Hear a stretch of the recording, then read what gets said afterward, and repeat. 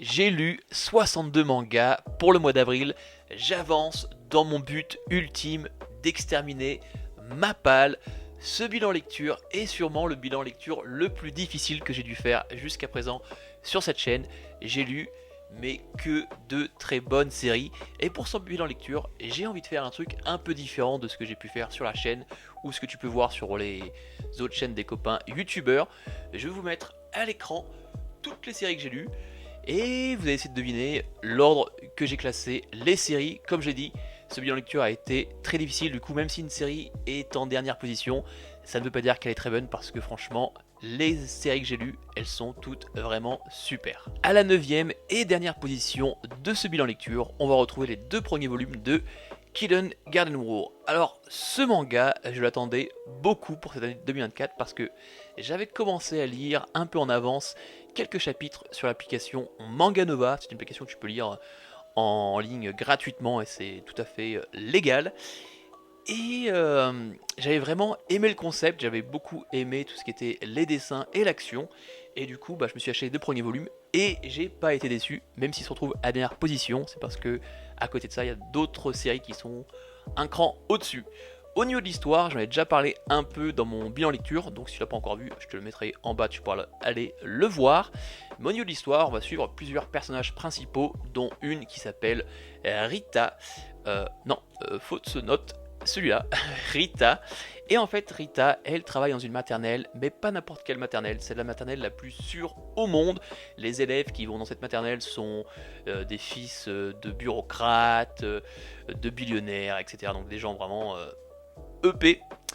Et Rita non plus, elle n'est pas une personne tout à fait normale parce que c'est une ancienne criminelle, comme toutes les personnes qui travaillent dans cette maternelle, qui sont plus ou moins des tueurs à gages ou autres. Et en fait, ils ont fait un deal avec le gouvernement et cette maternelle. En échange de diminuer leur peine, et ils travaillent dans cette maternelle et ils ont comme seul devoir de protéger les enfants au prix de leur propre vie. Et aussi, si des enfants meurent, et du coup, eux aussi mourront. Et du coup, c'est une histoire assez simple, mais franchement, au niveau de l'exécution, c'est très très bien fait. C'est sans rappeler Sakamoto Days, moi ça me rappelle énormément ce manga. Il y a beaucoup d'action, il y a aussi de l'humour, c'est un humour qui est récurrent parce que en fait Rita, elle travaille dans cette maternelle, mais en même temps, elle a aussi envie de trouver le grand amour et dès qu'il y a un assassin, ils sont toujours assez beaux gosses et du coup, il y a ce gag qui arrive très souvent dans ces deux premiers volumes. Je veux dire, on sait comment ça va se terminer, mais c'est quand même très très drôle. Du coup, si tu aimes l'action à la Sakamoto Days et que tu aimes un peu ce côté romance, mais un peu stupide, romance action, et franchement, je te recommande les deux premiers volumes de Kindergarten War. Et en plus, quand tu les as en main, ils sont vraiment, comment dire, c'est le beau bébé, hein, ils sont vraiment épais et même en main, c'est une bonne qualité.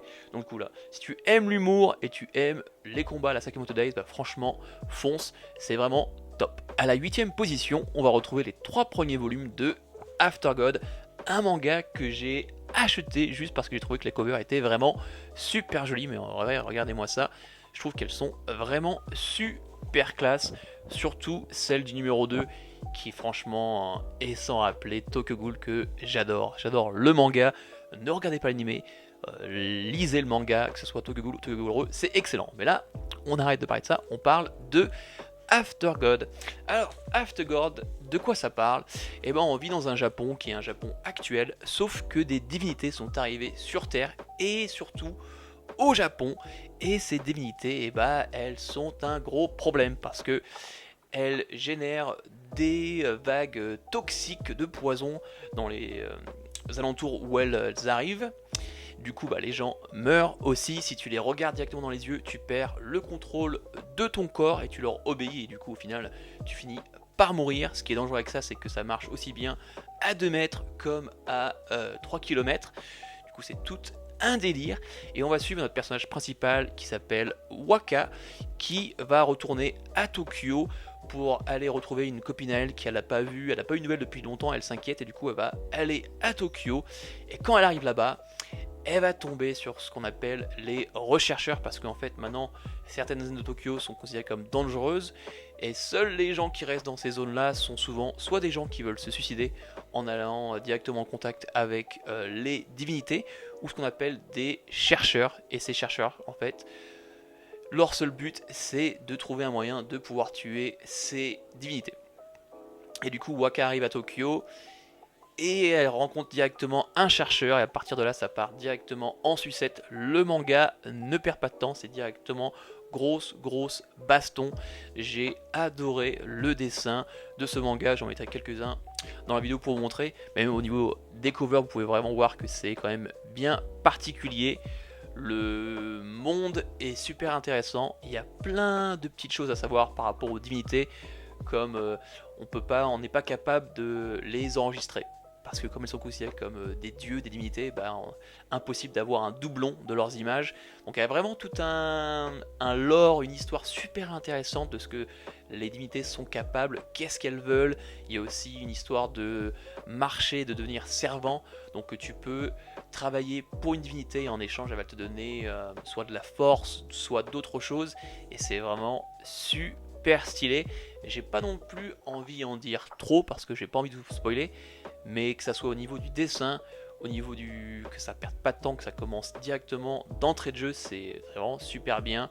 Les combats sont super cool et que ça soit au niveau de divinité, elles ont vraiment un aspect vraiment différent de ce que tu as l'habitude de voir dans d'autres mangas, donc c'est vraiment cool. Et puis même il y a vraiment ce côté un peu mystère, on veut en savoir plus. Comment ça se fait qu'on n'a pas encore réussi à tuer des divinités, parce que je doute bien que l'armée ont essayé tout ce qu'ils ont pu faire et rien ne marche. Et il y a aussi du coup ce côté chercheur qui essaye à tout prix de pouvoir trouver une façon de les combattre. Et c'est vraiment super intéressant, parce que j'aime beaucoup l'histoire de base me plaît beaucoup, mais aussi ce côté mystère joue énormément. Et à chaque tome qu'on lit, on découvre de plus en plus sur les divinités, sur ce monde. Et c'est vraiment trop bien. Donc si tu veux essayer un manga que moi j'ai vu aucune autre personne en parler jusqu'à présent, franchement Aftergod c'est super bien. Et le volume 4 sort en juin et j'ai hâte. À la 7ème position, j'ai enfin lu le classique qui est Gun, qui est complet en 9 volumes. Complet entre guillemets parce qu'il y a Gun Mars Chronicle qui se passe avant Gun, et puis après Gun il y a Gun Last Order. Mais j'ai lu Gun en 9 volumes et je comprends pourquoi c'est considéré comme un classique, parce que j'ai passé un super bon moment.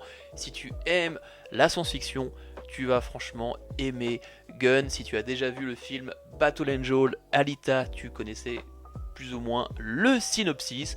On va faire simple, on vit dans un monde futuristique où la communauté est séparée en deux parties. Il y a les riches qui vivent dans les airs, dans une sorte de nacelle, ville suspendue au-dessus des pauvres. C'est un peu décharge, on vit dans un monde où les robots existent, où les gens s'attachent des parties de robots pour continuer à vivre. Et on va suivre deux personnages principaux, dont un qui est Ido, qui est un sorte de médecin mécanicien qui va trouver le deuxième personnage principal dans une décharge qui s'appelle Alita. Il va trouver son corps de robot complètement améché, va décider de la sauver, et à partir de là on va suivre Alita qui a plus aucune mémoire de ce qui s'est passé avant, essayer de se retrouver, de savoir qui elle est. Donc franchement, moi j'ai lu les 9 volumes en peut-être 2 jours, j'ai adoré j'adore la science-fiction, j'adore tout ce qui est robot, où tu mélanges avec le corps humain, j'ai adoré cette partie-là. J'ai été vraiment surpris de la violence et à quel point c'est gore dans Alita. Je m'attendais pas à ce genre de récit, je m'attendais pas que ça soit aussi sanglant et qu'on le montre aussi bien, parce qu'il y a des têtes qui explosent, il y a des bras qui sont coupés. Le fait que les gens ont la possibilité de se changer les bras avec des parties de robots, peut-être que ça aide, mais quand même j'étais surpris sur tout cet aspect vraiment sanglant et gore.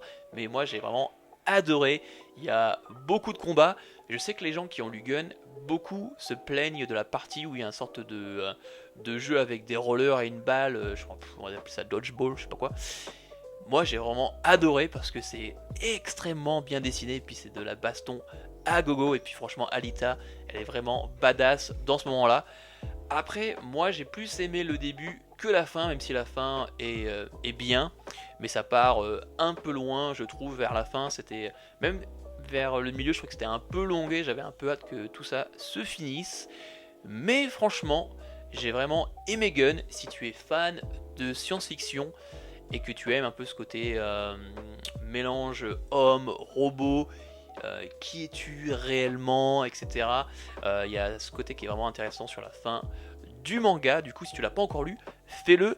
Après, je sais qu'il y a Gun Last Order, et j'ai entendu énormément de mauvaises choses, donc du coup je pense que je vais rester à Gun, et peut-être qu'une fois que je serai à jour sur ma palle, ça va jamais arriver, peut-être que je m'intéresserai à Last Order. Mais si toi tu as lu Gun Last Order et que tu as aimé, franchement, dis-le moi dans les commentaires, parce que peut-être je me laisserai tenter. À la 6ème position, j'ai lu le tome 10 et le tome 11 de Kaiju Number 8. D'ailleurs, le tome 11, j'ai le tome collector avec la jaquette alternative que je trouve vraiment super belle. Et aussi, je sais pas, on peut bien le voir, mais j'ai la plaque qui est juste là, on va pas aller derrière le micro, mais voilà. Et j'ai la plaque du tome collector. Alors Kaiju, vu que c'est le tome 10 et le tome 11, je vais pas non plus vous raconter ce qui se passe, que j'ai pas envie de vous spoil pour les gens qui n'ont pas encore lu et qui suivent peut-être l'animé, qui est d'ailleurs excellent. Si tu as pas encore lu, franchement fonce avec l'animé histoire de te faire une idée. Mais c'est vraiment, si tu aimes l'animé, tu vas encore plus kiffer le manga, parce que les dessins dans Kaiju sont vraiment excellents. L'histoire elle est rapide. On vit dans un monde où les Kaiju existent. Le Japon a fait une unité spéciale pour exterminer ces Kaiju. On va suivre notre personnage principal qui est différent d'autres shonen, parce que pour une fois il est vieux. Je peux dire ça parce que je suis plus vieux que lui. On va suivre Kafka, qui lui en fait a toujours voulu faire partie de cette compagnie d'élite pour tuer les kaiju, sauf qu'il n'a jamais été assez bon pour faire partie de ça. Du coup lui se retrouve cleaner. En fait il nettoie après les forces spéciales, parce que les kaiju sont énormes, du coup il faut les découper et les envoyer autre part, et du coup bah lui c'est ce qu'il est. Il va se passer quelque chose, il va rencontrer un kaiju et on ne sait pas pourquoi, mais il va avoir les capacités de se transformer en kaiju, et à partir de là, il va se battre contre les kaiju. J'ai l'impression d'avoir dit kaiju 10 fois en l'espace de 10 secondes. Enfin bref, si tu aimes la baston, si tu aimes les beaux dessins, franchement, Kaiju Number 8 c'est excellent. Pour moi, c'est un de mes shonen préférés actuellement. Ça se lit super rapidement, c'est vraiment beau, les combats sont stylés. Franchement, si t'as pas encore lu Kaiju, fais-le, c'est vraiment top. À la 5ème position, j'ai lu l'intégrale d'Happiness en 10 volumes. C'est mon deuxième manga préféré de Suzuo Oshimi. Pour le moment, j'ai lu Les Liens du Sang qui est en première place, Happiness en numéro 2 et troisième Les Fleurs du Mal. Happiness, franchement, au niveau du synopsis, ça rappelle énormément Tokyo Ghoul pour le début, où en fait on suit un mec banal qui un soir va se faire mordre par un vampire et du coup va devenir lui aussi un vampire. À partir de là, on va suivre notre personnage principal qui va essayer de continuer une vie normale tout en étant un vampire avec les pulsions qui vont avec. Comme d'habitude, Suzuo Oshimi est excellent à la narration, même s'il dit pas beaucoup de choses, il arrive à en dire tellement avec les dessins, parce que les dessins comme d'habitude sont incroyables, tout ce qui est émotion passe vraiment super bien. Comme d'habitude, on suit des gens qui sont vraiment tourmentés, qui sont à une recherche d'eux-mêmes, qui sont réellement, j'ai pas envie non plus d'en dire trop parce que ça serait vous gâcher l'histoire, mais j'ai énormément aimé l'évolution des personnages, il y a une bonne intrigue. Et comme d'habitude, hein, franchement, Suzuo Oshimi, pour tout ce qui est récit, il arrive vraiment à vous attraper. Les mangas se lisent vraiment très rapidement, comme d'habitude avec lui. Mais ça n'empêche que l'histoire, elle est vraiment bien ficelée de A à Z. Ça a été vraiment difficile parce que pour le moment, les Liens du Sang sont pas encore terminés.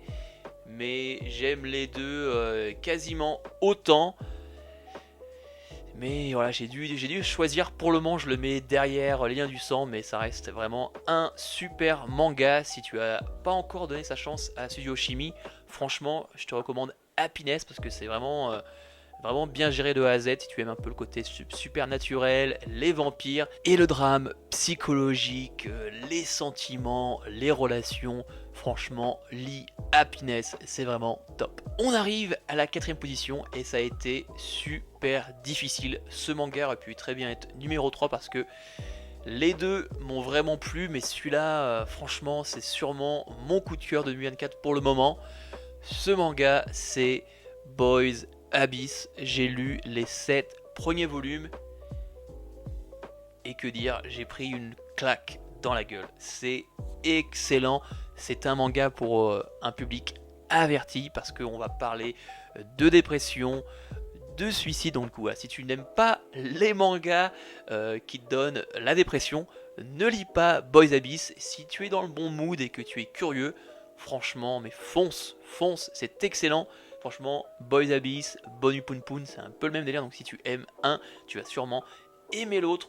Au niveau des dessins, certes, c'est pas comme dans Poon Poon, mais ça reste quand même super beau. J'adore le chara design des personnages. Je vais essayer d'en trouver une là rapidement. Hop, parfait. J'aime beaucoup les dessins, je les trouve vraiment super beaux, que ça soit les covers, même le format un peu plus large qu'un manga classique est vraiment top au niveau de la lecture. Au niveau de l'histoire, c'est simple, on va suivre un mec qui a pas trop... qui est un peu un loser, un peu comme d'habitude dans tous les mangas, qui vit dans un petit village paumé. Sauf que ce mec, il a quand même une pression qui est énorme parce que son père n'est plus là, sa mère s'occupe de lui et de son grand frère qui est un otaku, qui est dans sa chambre et qui ne sort jamais.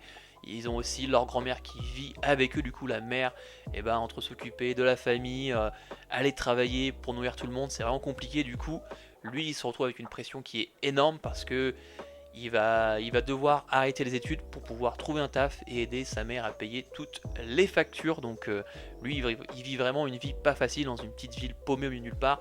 Sauf que cette ville, elle a une particularité, c'est qu'il y a longtemps de ça, dans le Japon ancien, dans ce petit village, il y avait une femme qui était magnifique, dont tous les hommes du village étaient amoureux. Et un jour, un étranger est arrivé, s'est installé au village et les deux sont tombés fous amoureux l'un de l'autre.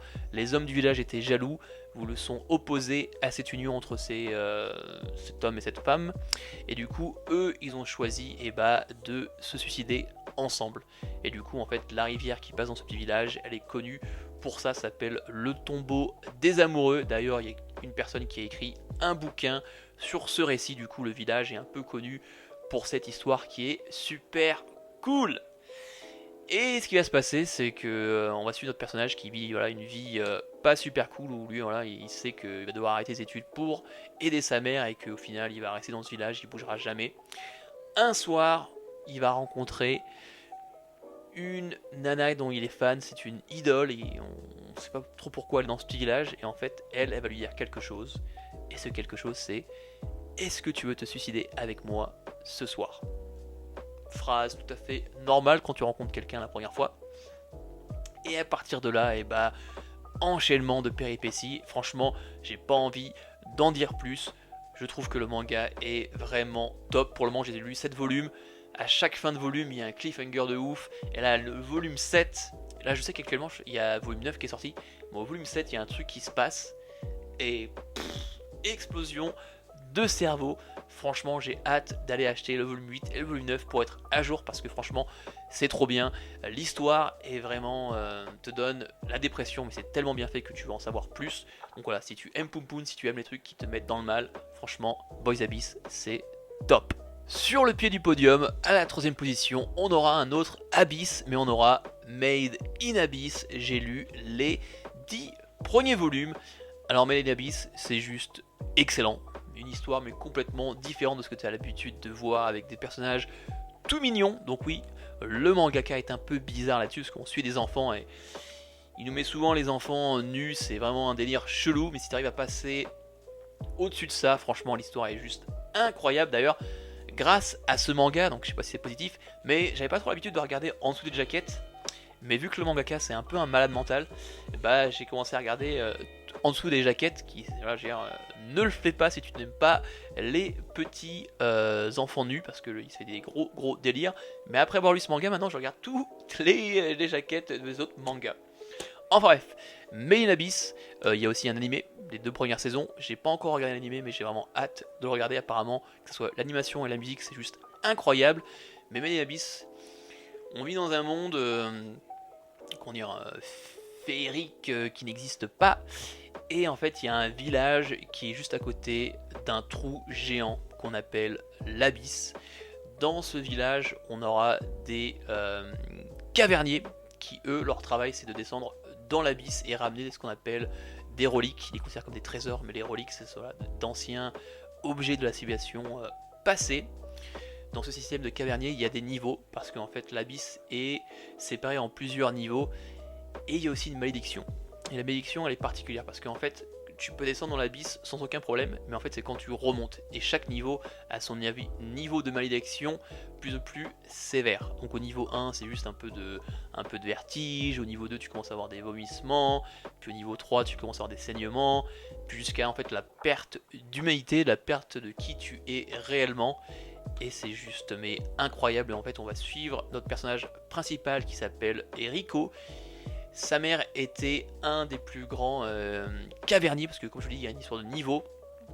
Elle était un sifflet blanc, donc le plus haut.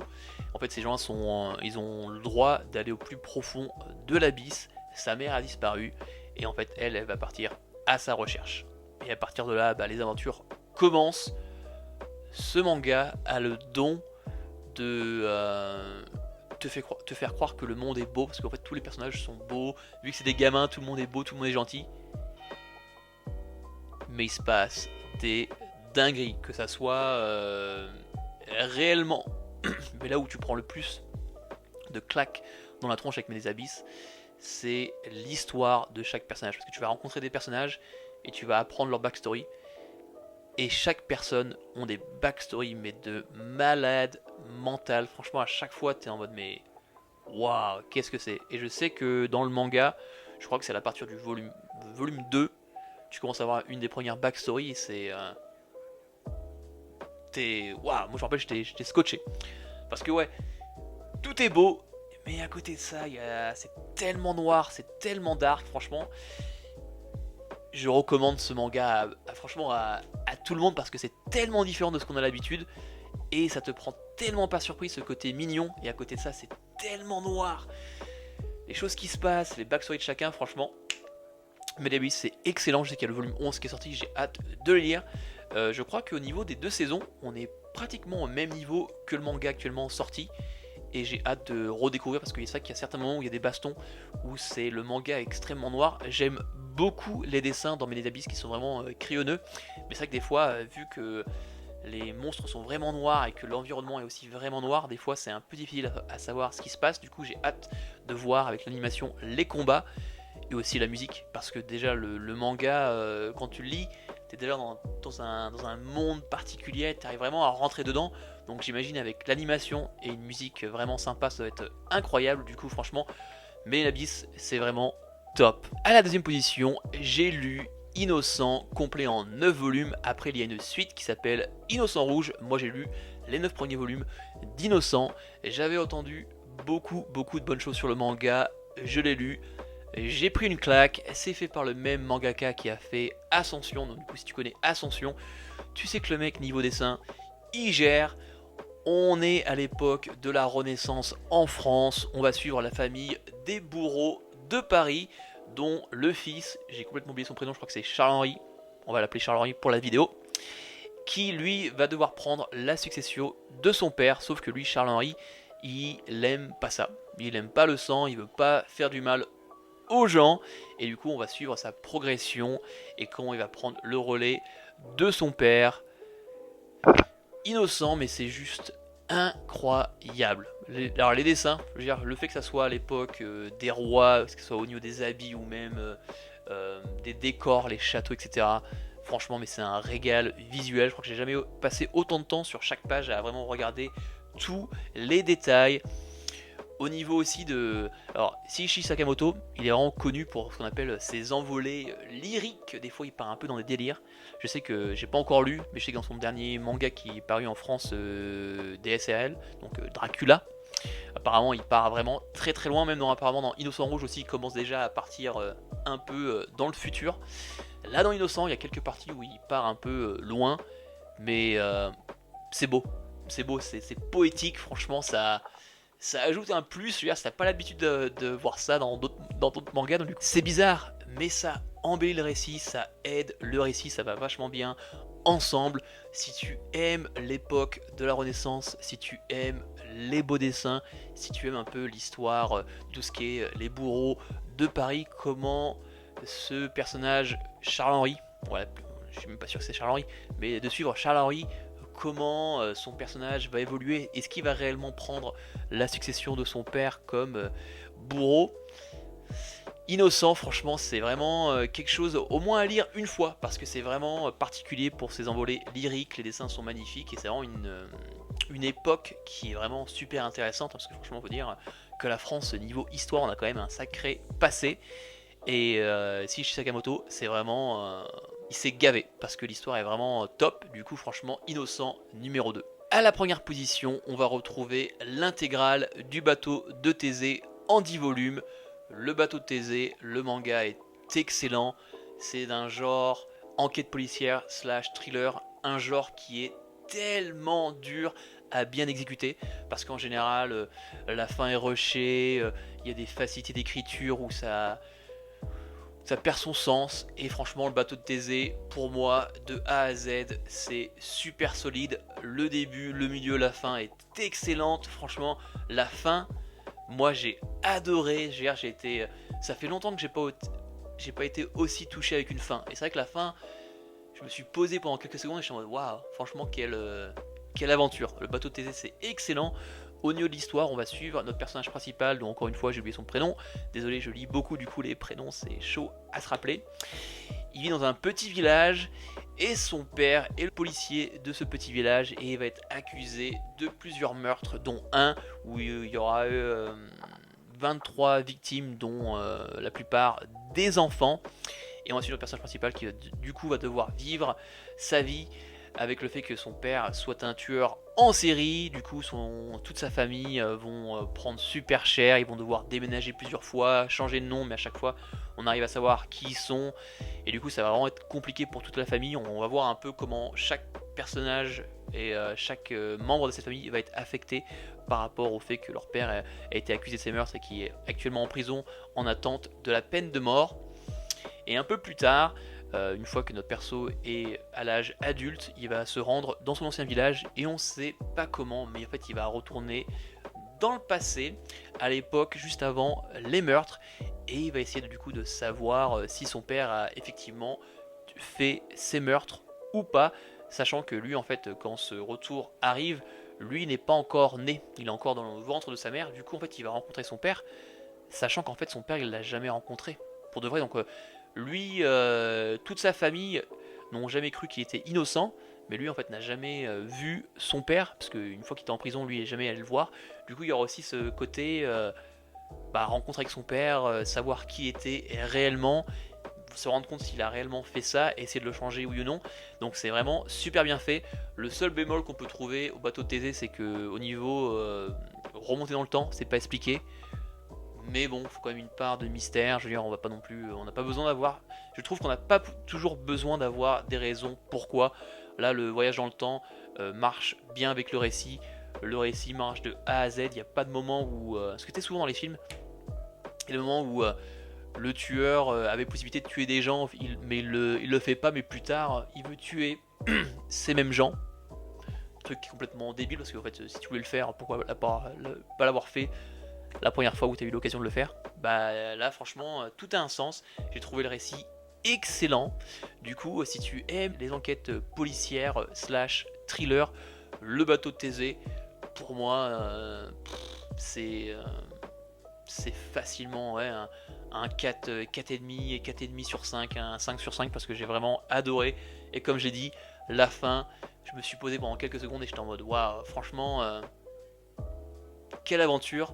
Et les mangas c'est vraiment excellent pour ça, parce que des fois tu tombes sur les histoires qui te touchent, qui te prennent aux tripes, et tu kiffes. Tu sais, on dit souvent dans les voyages et tout, c'est pas dans les voyages où quand tu te fixes un objectif, le plus important c'est pas la destination, c'est le voyage. Et là franchement avec le bateau de Thésée, le voyage est excellent du début jusqu'à la fin. Du coup voilà, lisez le bateau de Thésée, c'est vraiment excellent. Voilà, c'est la fin de ce bilan lecture. Dis-moi dans les commentaires si tu as aimé voir tous les mangas avant, ou si tu préfères avoir la surprise au fur et à mesure. Comme d'habitude, aime la vidéo, ça aide que plus de gens la voient. Aussi, commente, ça aide pour l'algorithme. Abonne-toi si tu es encore là, parce que si tu as aimé cette vidéo, tu vas sûrement aimer les précédentes et celles à venir. Bienvenue au nouveau, parce que récemment sur les 2 dernières vidéos il y a beaucoup de nouvelles personnes, donc du coup bienvenue à vous, ça fait super plaisir. Objectif les 1K d'abonnés, peut-être un jour. Sur ce, c'est la fin de la vidéo. C'était Erdaxel. Peace. Test 1, 2, 1, 2, test, test. Ça va être sûrement... sûrement le bilan dans le but ultime d'exterminer